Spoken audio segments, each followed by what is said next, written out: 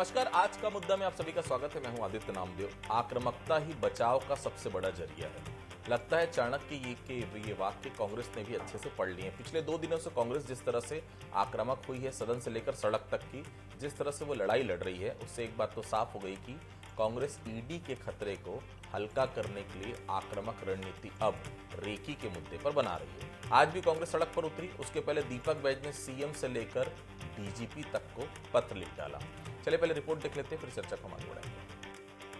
मेरे घर में खोजने आए हैं दंतेवाड़ा की पुलिस। मतलब पीसीसी अध्यक्ष को निगरानी रख रहे हैं। नहीं सर, ये पीसीसी अध्यक्ष कहाँ जा रहे हैं, क्या कर रहे हैं, क्या खा रहे हैं, किन से मिल रहे हैं, ये दंतेवाड़ा पुलिस। वाह, शानदार, शाबाश, कर लो बढ़िया चमचागिरी।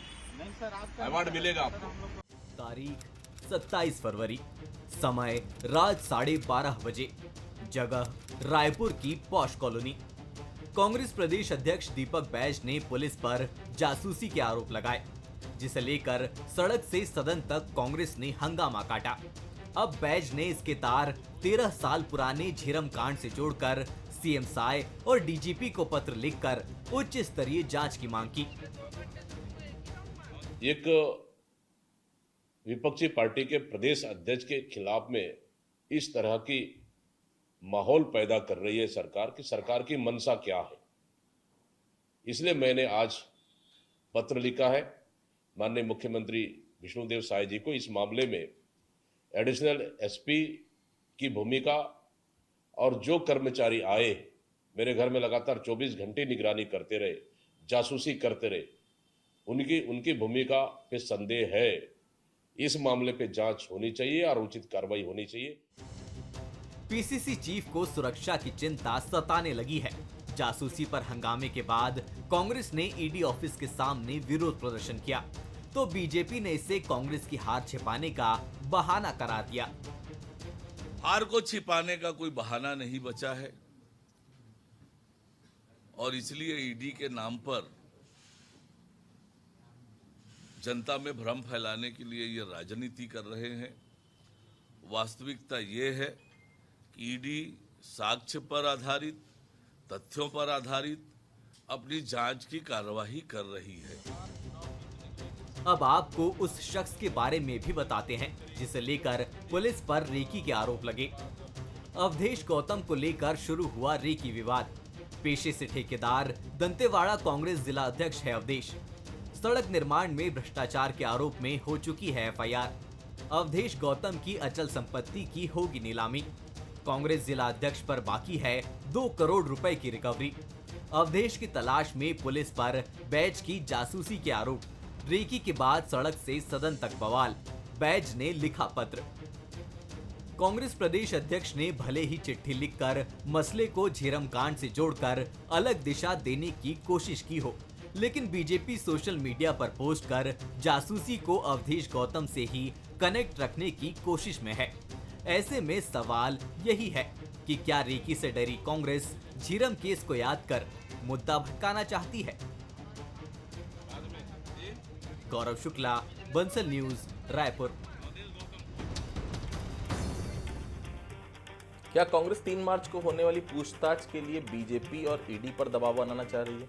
क्या आक्रामक रणनीति से कांग्रेस पर हाल के दिनों पर बना जो खतरा है क्या टल जाएगा? और सबसे अहम बात, ये जो कांग्रेस जो आरोप लगा रही है, उन आरोपों में आखिर कितनी सच्चाई है? रेकी किसने की, क्यों की, कब की, जैसे सवालों के जवाब अधिकांश लोगों को मालूम ही नहीं है। ऐसे में लगता तो यही कि शायद सिर्फ दबाव बनाने की राजनीति छत्तीसगढ़ में चल रही है। चलिए हम चर्चा की शुरुआत करेंगे। उसके पहले बंसल न्यूज के कुछ सवाल हैं। क्या रेकी से डरी कांग्रेस झीरम केस की याद दिलाकर मामले को तूल दे रही है? दूसरा सवाल, क्या दीपक बैज लेटर लिखकर अवधेश गौतम से जो मामला है उसको भटकाना चाहते हैं? तीसरा सवाल, जासूसी और हंगामे को बीजेपी क्यों कांग्रेस की हार का बहाना बता रही है? 3 सवाल है जो बंसल न्यूज उठा रहा है।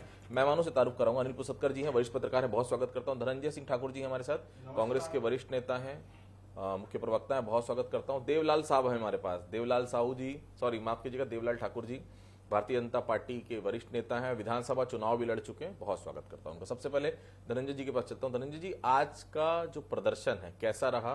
क्या संदेश दे दिया आप लोगों ने इस प्रदर्शन के जरिए, जो आपको लगता है? जी देखिए आदित्य जी, सबसे बड़ी बात समझिएगा, आज जो कांग्रेस पार्टी ने प्रदर्शन किया है वो भारतीय जनता पार्टी के उस नीति के खिलाफ किया है, उस कार्यक्रम के खिलाफ किया है जिसमें केंद्रीय एजेंसी चाहे ईडी, सीबीआई, आईटी हो या छत्तीसगढ़ की पुलिस हो या डब्ल्यू हो, जिसके माध्यम से विपक्ष की आवाज को दबाना को चलना चाहती भारतीय जनता पार्टी प्रशासनिक तंत्रों का दुरुपयोग कर रही है और भय का वातावरण निर्मित करने का प्रयास कर रही है।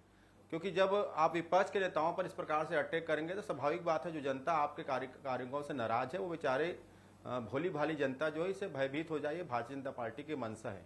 लेकिन ना तो प्रदेश की जनता डरेगी, ना प्रदेश का विपक्ष डरेगा।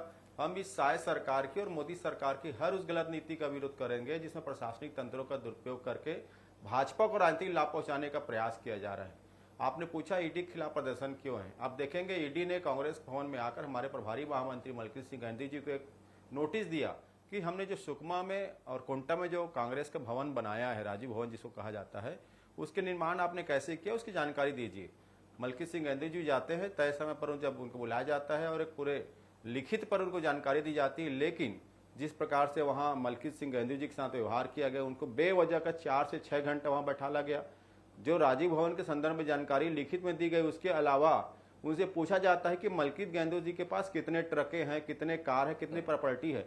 भाई क्या ईडी जो है मलकीत सिंह गांधी जी के प्रॉपर्टी को पूछने के कांग्रेस भवन आई थी या राजीव भवन के संदर्भ में जानकारी मांगने आई थी? और जब राजीव भवन के संदर्भ में जानकारी दे दिया गया तो किसी कांग्रेस नेता के व्यक्तिगत संपत्ति के बारे में पूछने का कारण क्या है? क्या भय पैदा करना चाहती ईडी? इतनी डरी हुई क्यों भारतीय जनता पार्टी? अगर ईडी को लगता है कि नेताओं की प्रॉपर्टी की जानकारी लेना उसके कार्य क्षेत्र में आता है तो इनको जाना चाहिए राजेश मुड़त जी के पास, उनके प्रॉपर्टी के बारे में पूछना चाहिए। इनको भी जाना चाहिए ब्रिजमोहन अग्रवाल जी के पास, इनको जाना चाहिए अमर अग्रवाल जी के पास, इनको जाना चाहिए रमन सिंह जी के अग्रवाल के पास, रमन सिंह जी के पास में। तब तो समझ में आएगा ना कि ईडी की कार्रवाई जो बिना भेदभावपूर्ण की है। आप कांग्रेस नेताओं को डराने के लिए, प्रताड़ित करने के लिए, उनके घर में जाके भय पैदा करने के लिए आप इस प्रकार करते तो हम डरने वाले नहीं है। इसका मुंहतोड़ जवाब देंगे। कांग्रेस पार्टी तो फिरंगियों से ही डरी थी, दुरंगियों से क्यों डरेगी? इसी हमने आज प्रदर्शन किया है और कल 3 तारीख को भी हम मीडिया में बड़ा प्रदर्शन करेंगे। और जिस प्रकार से प्रदेश कांग्रेस अध्यक्ष दीपक बैज जी के घर की रेकी करवाई जा रही है, जासूसी कराई जा रही है, आखिर सरकार की मंशा क्या है? क्या वो डर भय पैदा करना चाहती है? झीरम घाटी कांड जैसे कोई षड्यंत्र फिर से रचा जा रहा है? ठीक है देवलाल जी, रेकी करने वालों को आपकी पुलिस ने नहीं पकड़ा है अभी तक। कांग्रेस के आरोपों को आप लोग को लगता नहीं कि गंभीर आरोप है? जांच तो होनी चाहिए, कम से कम पता तो चलना चाहिए कि आखिर कौन थे कि जो दंतेवाड़ा से इतनी तेजी की रायपुर आ गए, वो भी दीपक बैज के घर पहुंच गए रेकी करने के लिए। देवलाल जी, रेकी करने की किसी की आवश्यकता नहीं। सार्वजनिक जीवन में प्रदेश के अध्यक्ष होते हैं, उनका एक एक जो पल होता है वो प्रोटोकॉल में सम्मिलित है और उन प्रदेश अध्यक्ष की रेकी करने की आवश्यकता नहीं है। लेकिन वो डर क्यों रहे हैं, ये बड़ा विषय है इस वक्त छत्तीसगढ़ में कि कांग्रेस के लोग या कांग्रेस के बड़े लीडर आखिर उनके मन में भय पैदा हो क्यों रहा है। कहीं ये भ्रष्टाचार का भय तो नहीं है, ये छत्तीसगढ़ भी जानना चाहती है कि आखिर कांग्रेस के लोग क्यों इतना भयभीत हो रहे हैं। एक आम आदमी या एक व्यापारी या कोई भी व्यक्ति जिसने कुछ नहीं किया हो, उसके मन में कभी भी ऐसे भाव पैदा नहीं होंगे, चाहे कोई आए, कोई जाए या कहीं चले जाए। ऐसे भाव आखिर किनके मन में पैदा हो सकता है, ये बात चिंतन का विषय है। और छत्तीसगढ़ की जनता कांग्रेस से जानना भी चाहती है आखिर भयभीत क्यों हो रहा है। बात एजेंसियां की है, काम करने वाली एजेंसियां की है, तो निश्चित ही ईडी है वो अपने स्तर पर काम करती है, उनके अपने पॉलिसी है, उनके नियम कानून है, इस पर किसी को हस्तक्षेप नहीं करना चाहिए। और मैं तो पहले भी कहता रहा हूं कि ईडी ऐसी संस्थान है, कभी भी गुपचुप वाले, ठेला वाले या किसान या कोई मजदूर इनके पूछताछ नहीं की है आज तक, न उनको पकड़ी है। जिनको भी पूछताछ की है या जो भी संदिग्ध घेरे में आए हैं, तो कहीं ना कहीं उनके पास तकनीकी रूप से सत्यापित दस्तावेज होंगे, कहीं ना कहीं लिंक जुड़े होंगे, तभी उनसे पूछताछ हुई है। और कई आईएएस जैसे लोग भी जेल पहुंचे हैं उनकी कार्रवाई से, जिनका मैं ही नहीं पूरा छत्तीसगढ़ ही नहीं पूरा देश का आदमी स्वागत करता है कि जो सरकारी पॉलिसी में भ्रष्टाचार करता है, जो हम सबके टैक्स दिए गए मेहनत पसीने की कमाई में भ्रष्टाचार करता है, ऐसे लोगों के खिलाफ अगर कोई कार्यवाही करने वाली एजेंसी कार्यवाही कर रही है तो इससे दुख पीड़ा नहीं होना चाहिए, बल्कि उसका समर्थन होना चाहिए कि ये देश को कोई ना कोई तो एजेंसी है जो भ्रष्टाचार मुक्त करने के लिए लगी हुई है। इस बात को हम सबको समझने की अनिल बसंतर जी, क्या आप भी मानते हैं कि दबाव बनाने की रणनीति पर कांग्रेस चल रही है? 2 दिन का घटनाक्रम, रात में दीपक बैज आते हैं, दो चार पुलिस वालों को बताते हैं कि दंतेवाड़ा से आया है, उनकी रेकी कर रही है, उनके घर की रेकी की जा रही है, आज जो है वो प्रदर्शन हो जाता है, कल प्रेस कॉन्फ्रेंस भी एक थी। क्या दबाव बनाने की रणनीति पर कांग्रेस काम कर रही है? देखिए, दबाव बनाने की बात तो नहीं कह सकते, लेकिन हाँ, दबाव को हटाने का जरूर ये प्रयास है, कोशिश है। देखिए, इसमें महत्वपूर्ण चीज है ये जो डर शब्द आ रहा है, डर का शब्द का इस्तेमाल बीजेपी कर रही है और कांग्रेस भी कर रही है। कांग्रेस कहती है हमको डरा नहीं सकते, बीजेपी कहती क्यों डर रहे, क्यों डर रहे हो? तो डर डर डर किस बात का? आखिर इस प्रदेश में ऐसी कोई विपत्ति तो आ नहीं टूट पड़ी है। एजेंसियों के दुरुपयोग का मामला धनंजय ठाकुर ने कहा, ठीक है, होता है, मैं उनकी बात से असहमत नहीं हूं। हो सकता है ईडी और सीबीआई का दुरुपयोग हो रहा हो। क्या इससे पहले सरकारों ने ईडी का दुरुपयोग नहीं किया या सीबीआई का दुरुपयोग नहीं किया? क्या कांग्रेस के समय इमरजेंसी लगी थी, वो लोगों ने नहीं देखा? अरे इमरजेंसी के हीरो तो अपने विद्या विहार रायपुर गए थे, तो इमरजेंसी का दौर भी देखा। उससे जनता को कोई लेना देना नहीं, जनता नहीं डरती।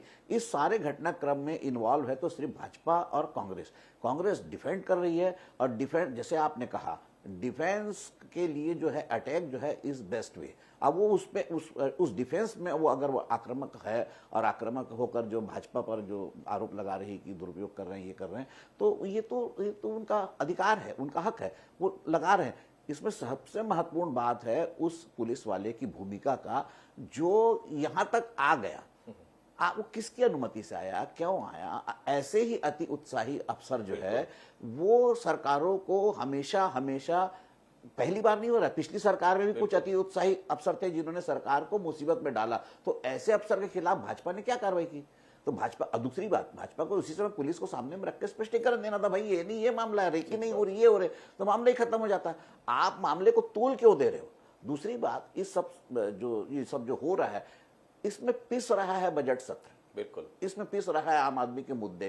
कांग्रेस के सारे सवाल जो है कल बॉयकॉट के कारण जो है वो अनुत्तरित रह गए, या वो जो बिना विपक्ष के जो है सरकार अपना काम कर रही है। तो ये दुर्भाग्यजनक स्थिति है और इसमें मैं नहीं समझता डर बनाने या डर से बचने का कोई काम हो रहा है। ये सिर्फ राजनीतिक दांव पेच है और ये शह और मात का खेल है। धनंजय जी, आप लोगों ने डीजीपी को पत्र लिखा है, आप लोग केवल जांच की मांग कर रहे हैं धनंजय जी, ये भी चाह रहे हैं कि कांग्रेस नेताओं की सुरक्षा और बढ़ जाए, क्योंकि आपके नेताओं को खतरा महसूस हो रहा है? कि आपको ऐसा लगता है? क्योंकि दीपक बैज ने बहुत, अगर मैं उनका पूरा बयान आप समझेंगे तो 25 मई 2013 झीरम कांड का भी इशारा उन्होंने किया अपने बयान पे। धनंजय जी, देखिए, मैंने पहले ही कहा ना, अगर पुलिस प्रशासन को किसी संदर्भ में जानकारी चाहिए, प्रदेश कांग्रेस और दीपक बैज जी का दरवाजा 24 घंटा खुला रहता है।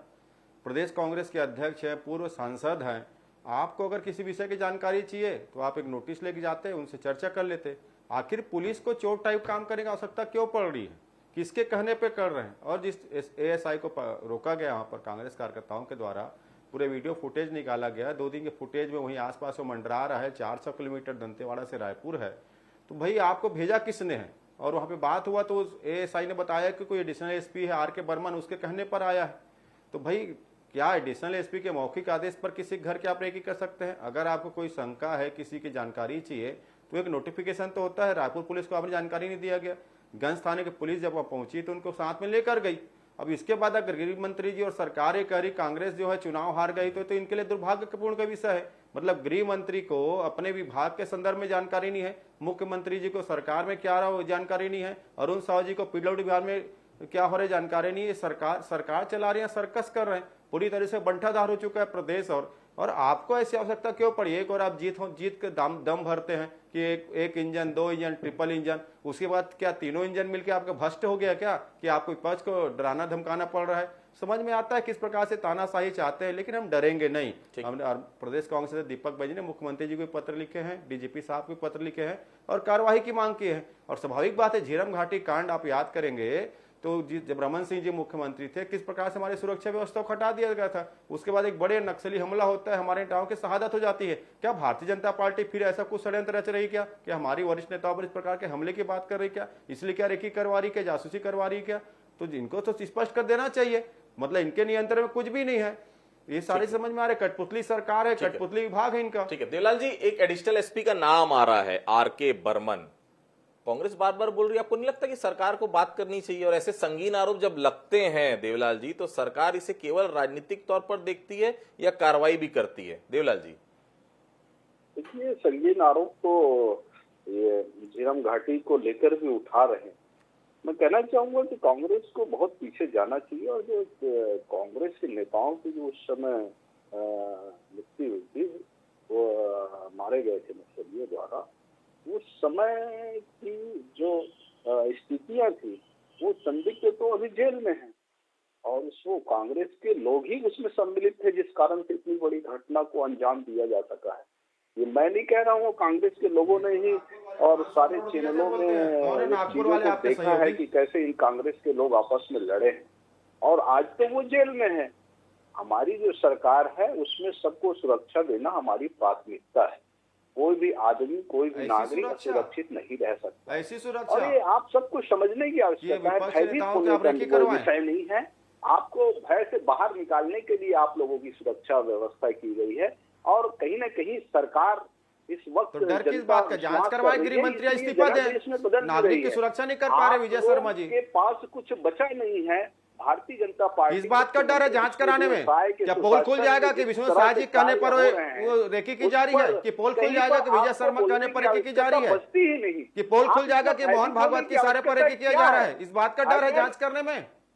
पुलिस प्रशासन जांच कराने में डर क्यों नहीं सरकार? पोल खुल जाएगा कि बिहार के लोगों के कहने पर जांच किया जा रहा है, गुजरात के कहने के लोगों पर रेकी की जा रही है, कोई विषय नहीं है उस पर। पोल खुल जाएगा। छत्तीसगढ़ की सरकार किस प्रकार से सरकारी तंत्रों का दुरुपयोग किया जा रहा है? बेच का पत्र जो डीजीपी और सीएम को गया, उसमें तो एक तरह से खतरे की बात नजर आ रही, जो उन्होंने लिखा है, रेकी करके सुरक्षा में सेंध लगाई जा रही। क्या आप मानते हैं कि छत्तीसगढ़ में ऐसी स्थिति बन गई है कि विपक्ष के नेता खतरे में हैं? नहीं, देखिए, ये मैं इस बात से बिल्कुल भी सहमत नहीं हूँ और ये सिर्फ छत्तीसगढ़ की क्या, कहीं पर भी ऐसा कहीं कोई वातावरण दिखता नहीं कि विपक्ष के नेताओं को। अब विपक्ष, जब इमरजेंसी लगी थी सारे नेता देश के जेल में थे, तो क्या उस समय खतरा था क्या? किसी को मृत्यु का डर था क्या? ये जो परिस्थिति जन्य जो है घटनाएं हो रही है, जो ये, हाँ, ये जरूर है कि एक कांग्रेस अध्यक्ष जो है, जो नक्सल क्षेत्र से आते हैं, उनके घर की रेकी पुलिस कर रही ना, कोई अपराधी या कोई अन्य तत्व या अज्ञात तत्व या नक्सली तो नहीं कर रहा रेकी, पुलिस कर रही, तो पुलिस तो हत्या करेगी नहीं। तो इसलिए ये इस तरह की बात तो हो नहीं सकती। लेकिन हाँ, रेकी होना बिल्कुल गलत है। आपको उनसे जो पूछताछ करना था, जो जानकारी लेना था, आप जब कांग्रेस भवन जा सकते हो, आप वो मलकीत सिंह गेंदू को आप नोटिस दे सकते हो, तो दीपक बैज से पूछ सकते हो, वहां कोई दिक्कत नहीं है। लेकिन खतरे जैसी बात मैं नहीं समझता ऐसा है। हाँ, ये बात जरूर है कि झीरम घाटी बहुत दुर्भाग्यजनक वारदात थी और उसमें देखिए ट्रैप हुए थे कांग्रेस के नेता लगातार एक साथ, जबकि जो नक्सल एरिया में रोड जो ऑपरेशन होता है, उसमें एक गाइडलाइन होती है कि आपको गैप बना के चलना। उस समय कोई गैप नहीं बना रहा था, इसलिए वो एक ट्रैप में फंस गए थे, तो लगातार सारे के सारे उसमें आ गए थे। और रहा सवाल कि अगर मैं समझता हूं कि अगर दीपक बैज को जान का खतरा लग रहा है तो उनको तो सुरक्षा है ही और सुरक्षा बढ़ा देगी सरकार। लेकिन आखिर उनको मारकर मिलेगा क्या? हार तो चुके हैं चुनाव भी हार चुके हैं। और दूसरा, हाँ, ये जरूर है कि इस जो घटना ने कांग्रेस के लिए एक बहुत बड़ा फायदा पहुंचाया है कि कांग्रेस जो अभी बिखरी नजर आ रही थी, हाँ, कांग्रेस को ऑक्सीजन मिल गई। जो बिखरी नजर आ रही थी कि मेरी कुर्सी, वो सब मिलकर हमारी कुर्सी पे आ गए और सब मिलकर एक साथ संघर्ष कर रहे हैं। ये कांग्रेस के लिए अच्छा संकेत तो है ही, साथ ही राज्य के लिए भी अच्छा संकेत है, क्योंकि विपक्ष इस तरह बिखरा रहेगा तो सरकार को तानाशाही का मौका मिलता है। अगर विपक्ष एक साथ रहेगा, एकजुट रहेगा, सशक्त रहेगा, सरकार पर इस तरह हमला करता रहेगा, तो जनहित की बात होगी।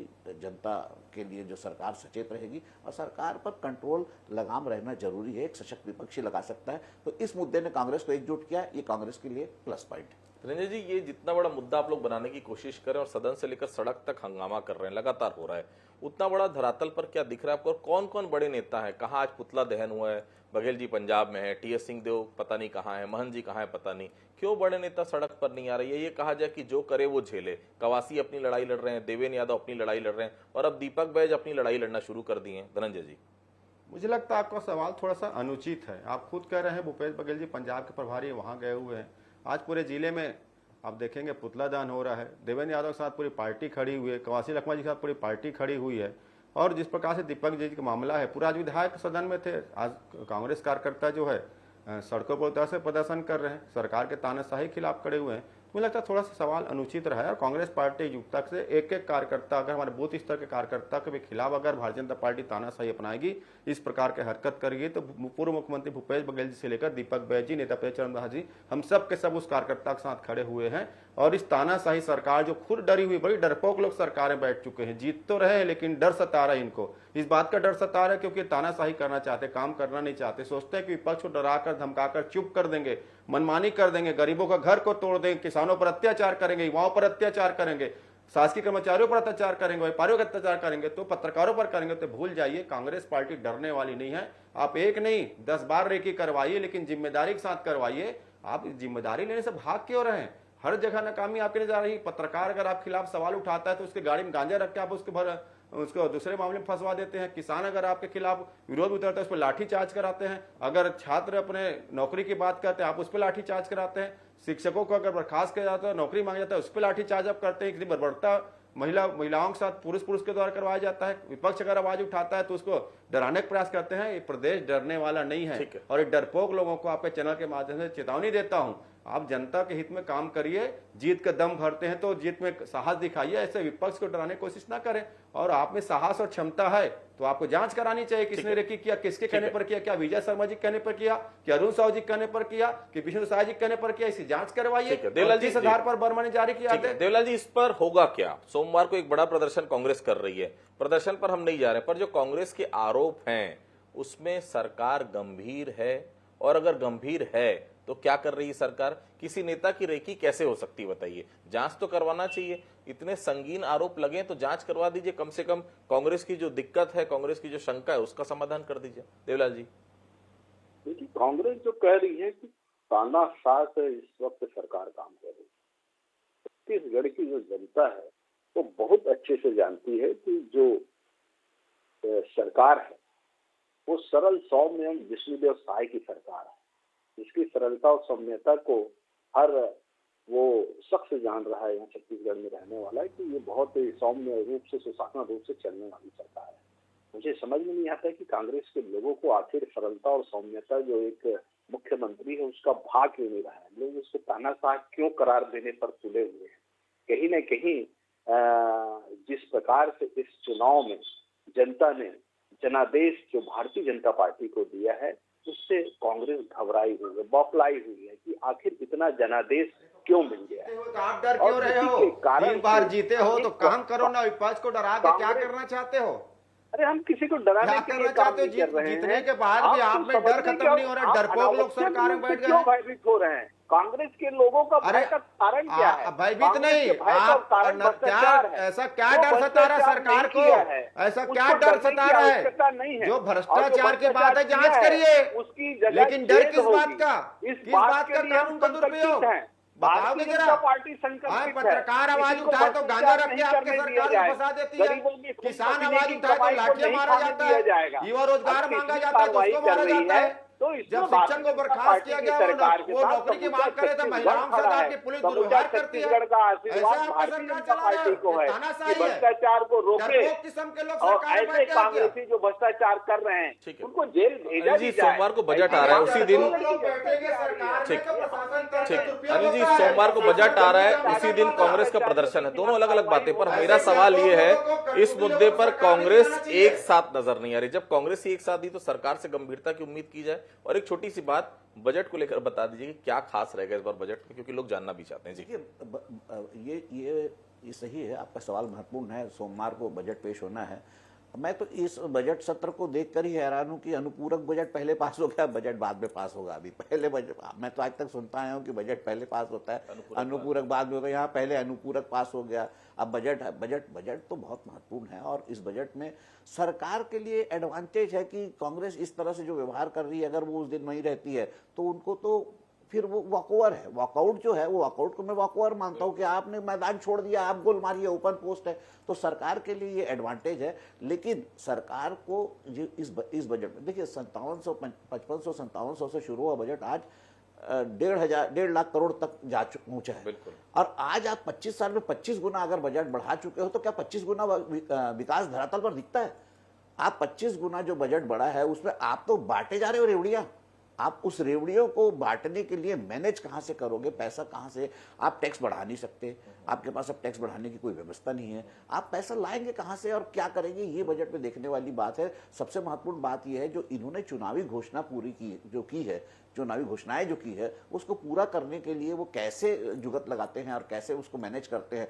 अब उनके जो फाइनेंस मिनिस्टर है वो IAS हैं, पुराने कलेक्टर रहे हैं, तो वो क्राइसिस मैनेजमेंट जो है, अभी तो बड़ा क्राइसिस मैनेजमेंट फंड का है, फाइनेंस का है, तो वो कैसे करते हैं ये देखने वाली बात होगी। लेकिन मुझे ऐसा लगता है कि बीजेपी कोशिश करेगी कि सबसे पहले जो है अपनी घोषणाओं को पूरा करे। डेवलपमेंट हो सकता है उसमें थोड़ा सा साइडलाइन हो जाए, और अगर कांग्रेस जिस तरह से प्रदर्शन कर रही है, वो सदन के अंदर जो प्रदर्शन कर रही है वो तो महत्वपूर्ण है, लेकिन सदन के बाहर अगर शहर में प्रदर्शन करे तो आम आदमी जुड़ेगा, सदन के अंदर प्रदर्शन से आम आदमी नहीं जुड़ने वाला। जी बिल्कुल, देखिए पॉलिटिकल पार्टीज हैं, निश्चित तौर पर बड़े नेता सभी हैं, दीपक बैज बड़े नेता हैं, Z+ की सिक्योरिटी भी है उनको।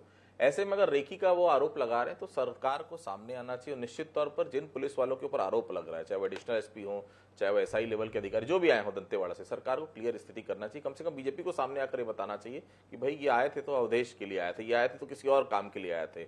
इस तरह से जो चीजें लिंगर ऑन हो रही है उससे निश्चित तौर पर एज फिलहाल कांग्रेस को मिल रहा है, और कांग्रेस चाहती भी है कि कांग्रेस जो कहीं ना कहीं अभी असंगठित नजर आ रही, कहीं ना कहीं बिखरी नजर आ रही है, इस एक घटना ने कांग्रेस को कम से कम एक छत के नीचे लाकर जरूर खड़ा कर दिया। आप सभी हमारे से जुड़े, आप सभी लोगों का बहुत बहुत धन्यवाद। आज का मुद्दा में फिलहाल इतना ही, बाकी खबरों के लिए आप लगातार बने रहिए बंसल न्यूज के साथ। नमस्कार।